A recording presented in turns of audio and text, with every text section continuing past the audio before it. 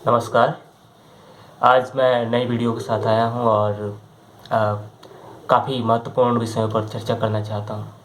जिस तरह की आज दुनिया की स्थिति होते जा रही है, लोग ये युद्ध चारों ओर बढ़ता जा रहा है, विश्वास ख़त्म होता जा रहा है, लोग एक दूसरे को मारने के लिए आमादा हैं। कभी कभी ऐसा लगता है कि पूरा दुनिया ख़त्म हो जाएगा, जिस तरह से परमाणु युद्ध की बात चल रही है। तो इसके पीछे का कारण क्या हो सकता है, इस पर अगर हम विचार करें तो एक बहुत बड़ा कारण हमें पता चलेगा, जो जो है कि एक दूसरे के प्रति विश्वास का ख़त्म होना। उसके बाद है कि जो यूनिवर्सल ब्रदरहुड का भाव है उसका कम होना। क्या है कि अब आज लड़ाइयाँ होने का पीछे कारण क्या है? सब अपने अपने हितों की बात कर रहे हैं, कोई दूसरे के हितों की बात सोचना नहीं चाहता। सभी जो है रंग कि मेरा अलग एक जाति है, कि मैं यूक्रेनियन हूँ, मैं रसियन हूँ, मैं पाकिस्तानी हूँ। अपने क्षेत्र के आधार पर वो अपने आप को बांटे हुए हैं, अपनी भाषा के आधार पर अपने आप को बांटे हुए हैं और अपने अपने हितों की बात कर रहे हैं। अपने रहन सहन के आधार पर वो अपने आप को बांटे हुए हैं और अपने अपने हितों की बात कर रहे हैं। तो इस तरह से अगर हम जब बात करेंगे तो समझ रहे हैं ना कि एक दुनिया में कुछ भी समान नहीं है। कहते हैं ना कि प्रकृति अपने आप को कभी रिपीट नहीं करती, अपने आप को कभी दोहराती नहीं है। इसका मतलब हुआ कि एक एक चीज़ अगर मैं अपने ही ऊपर आपसे अगर हमको विरोधाभास लाना है तो मेरे पास हज़ारों ऐसे तथ्य मिल जाएंगे जिसके माध्यम से मैं ये कह सकता हूँ कि मैं आपसे आपसे बात नहीं कर सकता, मैं आपके साथ खा नहीं सकता, आपके साथ रह नहीं सकता। लेकिन लेकिन आपसे मिलने के लिए कुछ ही शब्द हैं जो आपको हमको एक साथ करते हैं। तो अगर हम वो कुछ शब्द को, कुछ बातों को जान लें तो हो सकता है कि हमारे घर में क्या, हमारे हमारे आपसी मतभेद के साथ साथ हमारे गांव के, हमारे लोगों, हमारे परिवार में इसके मतभेद के साथ साथ पूरा दुनिया का मतभेद ख़त्म हो जाएगा। वो ये है, पहला है कि जब हम यूनिवर्सल ब्रदरहुड की बात करते हैं, जब ये मानते हैं कि पूरा मानव जाति एक ही है, हम सभी एक दूसरे के भाई हैं, तो फिर वो सभी कॉन्फ्लिक्ट ख़त्म हो जाते हैं। तो ये ऐसा शब्द है, ऐसी बात है जो हमें एक दूसरे के प्रति कंप्रोमाइज़ करने को बताता है, हमें एक दूसरे के प्रति प्रेम और समर्पण की बात करने लगता है, हमें एक दूसरे का ख्याल रखने की बात करने लगता है।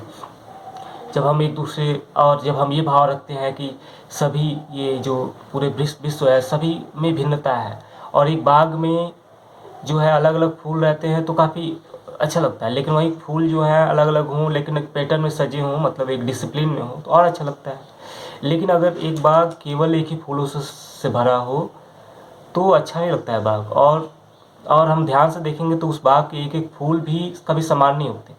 तो मतलब एग्जैक्टली एक ही जैसा सब कुछ हम कभी किसी को दे नहीं सकते हैं।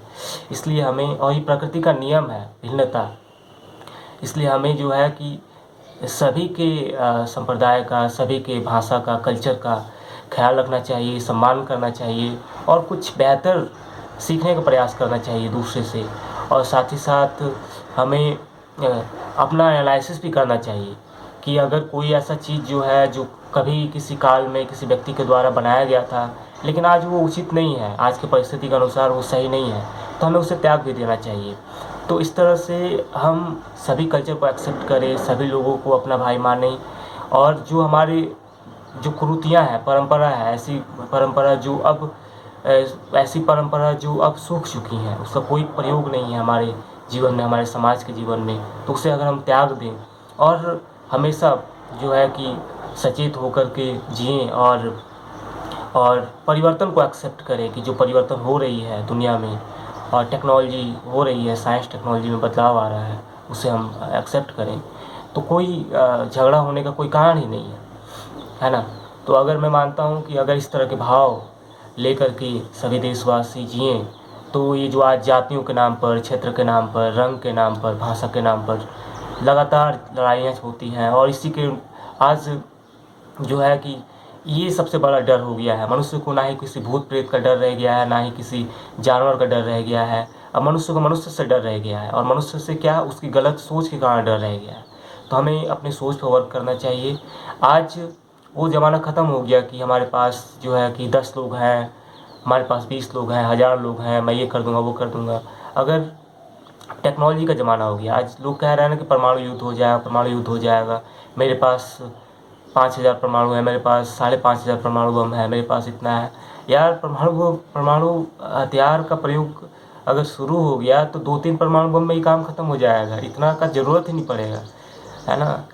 और पहले जो टेस्ट किया गया था, मतलब आज से 50-60 साल पहले जो परमाणु बम फोड़ा गया था वो छोटा था। आज तो एक से एक बड़े बड़े परमाणु बम बनाए जा रहे हैं।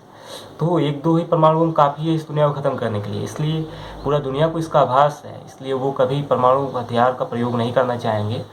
और ये बस दिखाने के रह गए हैं।